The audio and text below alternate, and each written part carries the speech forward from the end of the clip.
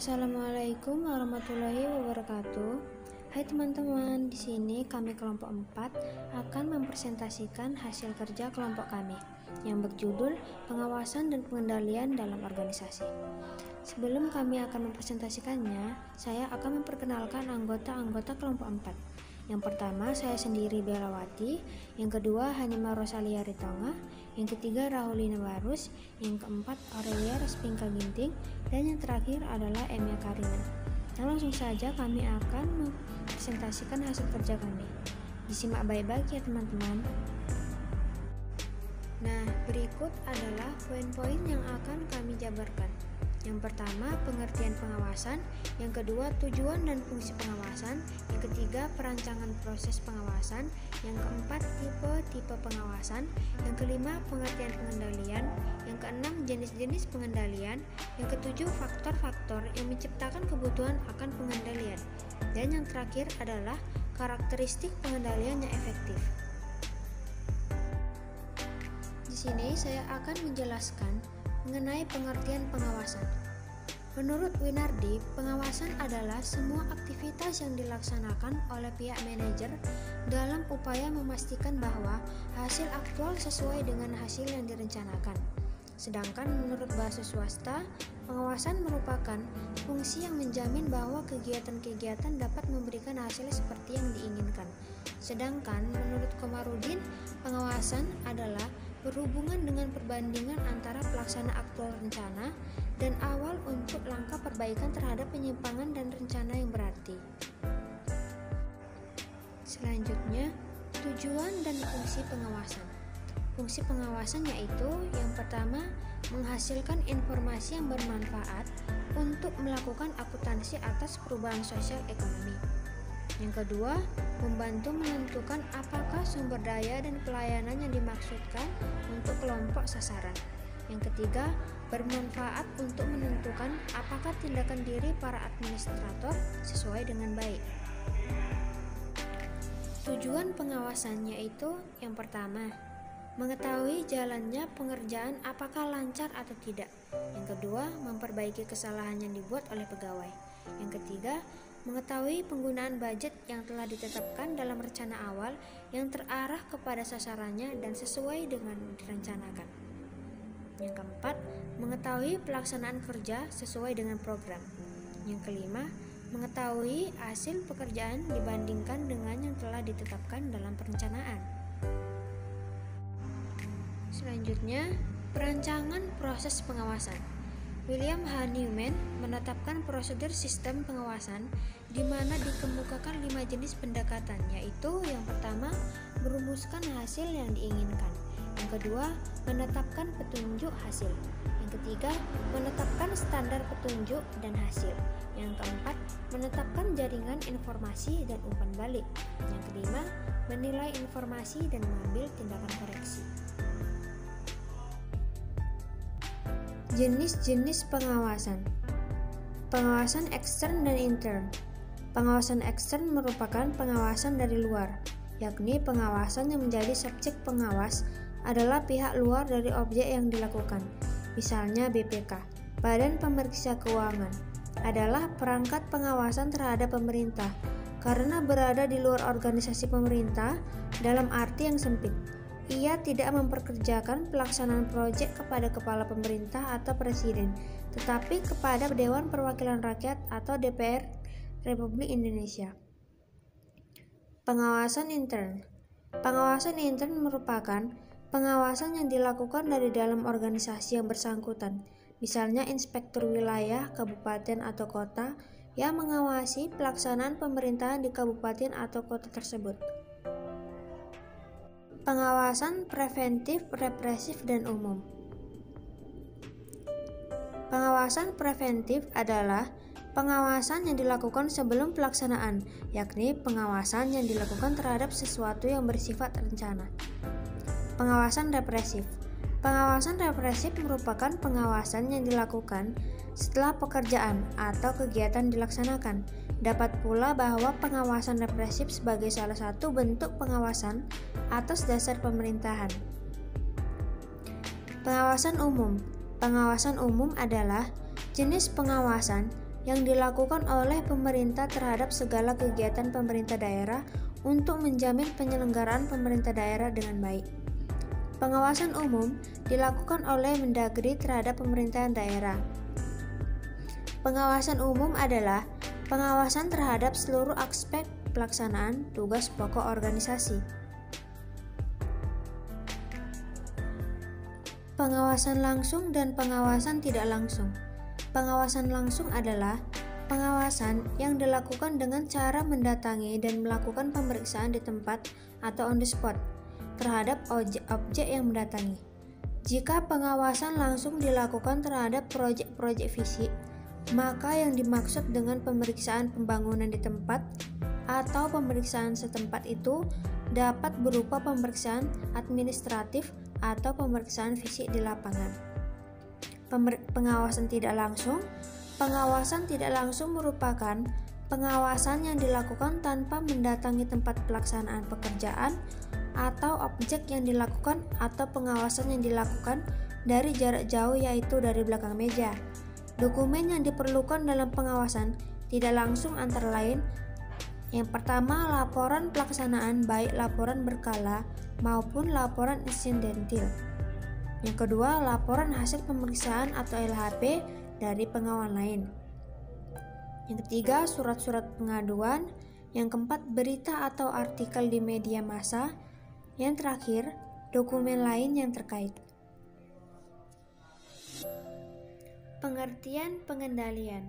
Robert J. Mockler memberikan pengertian pengendalian yang menekankan elemen esensial proses pengendalian dalam beberapa langkah. Pengendalian didefinisikan sebagai suatu usaha sistematik untuk menetapkan standar prestasi dengan sasaran perencanaan, merancang sistem umpan balik informasi, membandingkan prestasi aktual dengan standar yang telah ditetapkan itu, menentukan apakah terdapat penyimpangan dan mengukur signifikansi penyimpangan tersebut, dan mengambil tindakan perbaikan yang diperlukan untuk menjamin bahwa semua sumber daya perusahaan yang sedang digunakan sedapat mungkin secara lebih efisien dan efektif guna mencapai sasaran perusahaan.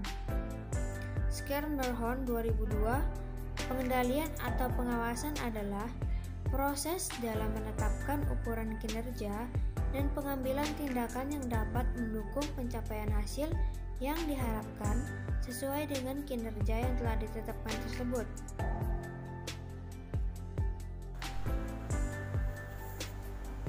Jenis-jenis pengendalian. 1.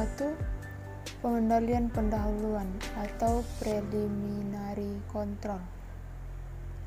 Pengendalian ini memastikan bahwa sebelum kegiatan dimulai, maka sumber daya manusia, bahan dan modal yang diperlukan sudah didengarkan, sehingga bila mana kegiatan dilakukan, maka sumber daya tersebut tersedia, baik menyangkut jenis, kualitas, kuantitas, maupun tempat sesuai dengan kebutuhan. Anggaran biasanya dipergunakan untuk kepentingan ketenagakerjaan maupun menyangkut penunjang sarana produksi tertentu. Prosedur pengendalian pendahuluan meliputi seluruh upaya manajemen untuk meningkatkan kemungkinan perbandingan yang menguntungkan antara hasil-hasil nyata dengan hasil-hasil yang direncanakan. Adapun instrumen penting untuk melaksanakan pengendalian ini adalah kebijakan. Beberapa teknik pengendalian yang bisa digunakan dalam pengendalian pendahuluan meliputi pemilihan dan penempatan karyawan, penarikan staf, pemeriksaan material, penganggaran modal, dan penganggaran keuangan. 2. Pengendalian bersamaan atau concrete control. Sementara pengendalian pendahuluan memastikan ketersediaan sumber daya manusia, modal, dan bahan, pengendalian bersama memantau operasi yang berjalan untuk memastikan bahwa berbagai tujuan tengah direlasikan. Pengendalian bersama terutama diimplementasikan melalui kegiatan penyediaan dari para manajer, dengan melakukan pengamatan pribadi secara langsung. Para manajer menentukan apakah pekerjaan berlangsung dalam cara yang ditetapkan oleh kebijakan dan prosedur perusahaan. Dalam hal ini, manajer melakukan fungsi pengarahan kepada pekerjaan bawahannya. Pengarahan yang dimaksud itu yaitu dengan melalui tindakan ketika mereka memberikan instruksi kepada bawahan dalam berbagai metode dan prosedur yang layak, serta menguasai pekerjaan bawahan untuk menjamin supaya pekerjaan dikerjakan dengan baik. 3. Pengendalian umpan balik atau feedback control. Sistem pengendalian umpan balik biasanya berfokus pada hasil-hasil akhir sebagai dasar perbaikan berbagai tindakan masa depan. Misalnya, laporan keuangan dari sebuah perusahaan digunakan untuk menilai kelayakan hasil-hasil historis dan untuk menetapkan keinginan membuat perubahan dalam perolehan sumber daya atau kegiatan operasional di masa depan. Pengendalian umpan balik dapat juga digunakan sebagai dasar untuk membuat berbagai keputusan lainnya, termasuk keputusan yang berhubungan dengan harga yang dibebankan untuk produk atau jasa, pematalan produk atau program, pengurangan atau penambahan karyawan, dan lain-lain. Metode umpan balik yang dipakai dalam bisnis meliputi analisa laporan keuangan atau financial statement analysis, analisis biaya standar atau standard cost analysis, pengendalian kualitas atau quality control, dan evaluasi kinerja karyawan atau employee performance evaluation. Jika pengendalian dilihat dari objeknya, maka dapat dibagi menjadi dua bagian, yaitu 1.